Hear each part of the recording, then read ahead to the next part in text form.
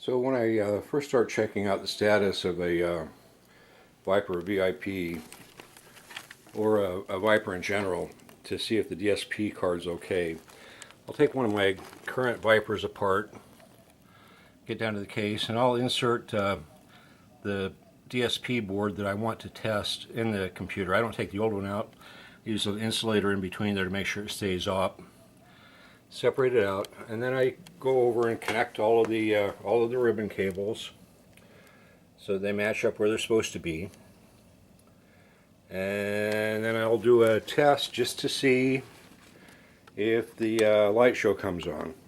And this is a case of a Vypyr that came in where the DSP board really is good. It comes on, you can see the light show still runs. So it's not like it's gotten trashed as a part of a firmware burn. After checking that out, I'll actually plug in a guitar. So I'll plug a guitar into the front. And that kind of makes the light show go off. Get a little bit of buzz from the guitar that's coming on there.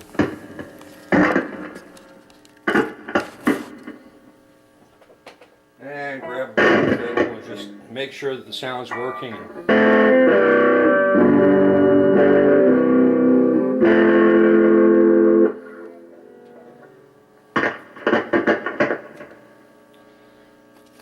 So this is a DSP board that is working the way that it's supposed to, and there's really nothing to do but send it back to the guy that sent it to me and get him to look at the other boards. So that's what happens a lot of times, is it's not really a problem with the DSP board, there's something else. So